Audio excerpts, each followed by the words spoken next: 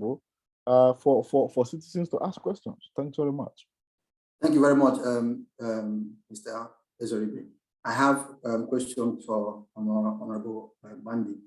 Now, Gbandi, I understand that in November 16, 2020, he was appointed the Deputy National Chairman, Diaspora Engagement of the African Democratic Party, ADC, which is currently the third largest political party in Nigeria in terms of national spirit. My question to you is, regarding your position as the Deputy National Chairman of Diaspora Engagement, does your party have any plan of giving the diasporas options to vote, like I explained before, that Nigerians in diaspora has contributed a lot in the economic growth of Nigeria, and it's quite unfair that during every important election in Nigeria, the diasporas are not given the chance to vote. Is this something your party is working on? Because as the vice chairman, I think this should be some of the topics people are discussing. Is it something you guys are working on? And if yes, why? How do you intend to make it happen? Thank you very much, Moderator. I've listened to the previous speaker, especially the very, very lively exchange between our lady, if I'm not mistaken. And yeah, it's a very interesting debate, and I like the spirit of that's what democracy is all about. Yes, yes. I have my perspective to all of them, but because of time, we cannot be able to address that. But I think I agree with her to some extent, but I also agree to the guy who actually put up a very strong defense about the role of women. So it's like I said, it's a very lively exchange. But let me focus on the question you asked.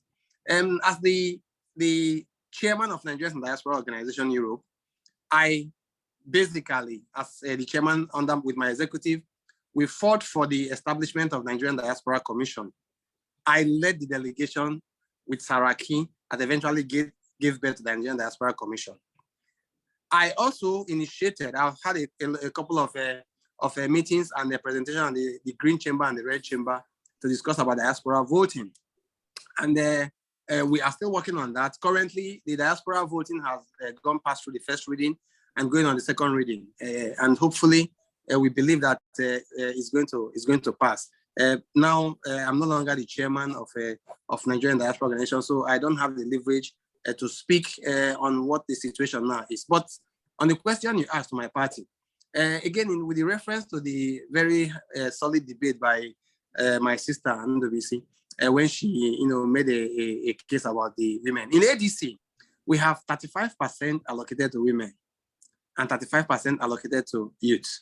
Totally 75% for both youth and ladies or women in our party. And that's how we take the participation of women and youth serious. But again, I also agree with the last speaker that having this slot does not mean that automatically you should go ahead and start looking for women to fill the slots. They also need to bring themselves forward in the party. As we speak now, we have a lot of these slots open for women. It's still not filled up.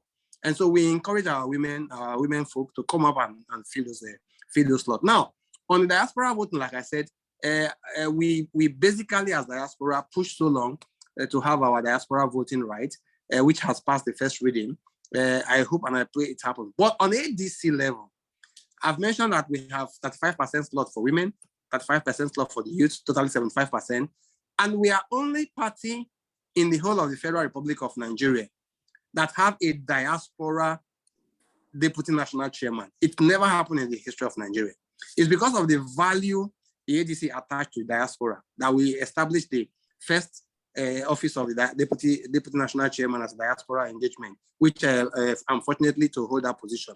So because we believe that diaspora, having remitted over 32 billion in 2017, 2018, keeping the country from bankruptcy, deserve the right to say who rules them. So we're totally in support of that. And that is why, as the only political party in Nigeria that have a diaspora deputy national chairman, where diaspora have every right in every organ of the party, from the world level to the national level, to contribute in the policy formulation.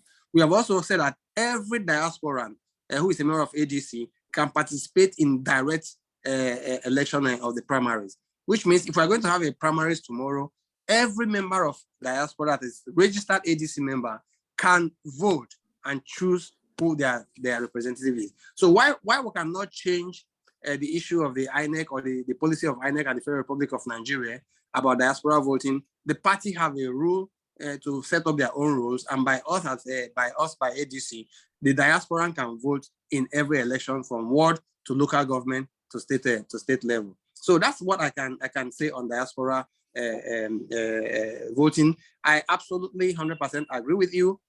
We are the only political party that are making a very, very concrete effort to make sure that the votes of diaspora are counted. I started that job when I was the chairman of Nigerian diaspora, and I will continue to fight for that even as the national deputy chairman ADC. I will support every initiative both in the party and inter-party level where we can come together to push that. As a matter of fact, I've been making initiative to summon a party of all political parties in diaspora, whether it's ADC, PDP, to say that we are in diaspora, we'll see how things are done as best international practice. The diaspora voting is a topic that does not have to deal with only one party alone, but all Nigerians in diaspora and all political parties. So I hope that as we go on, that all my colleagues in the diaspora will come together and we agree to put a maximum pressure on our political parties in Nigeria to take diaspora voting as a priority. Over to you, sir. Just a follow-up question to you, Honorable Gbandi. How do you think the diaspora voting will impact if, for example, the federal government decides to give diaspora the options to vote? How do you think it will impact the 2023 election? Well, the fear of every politician is the possibility of losing an election.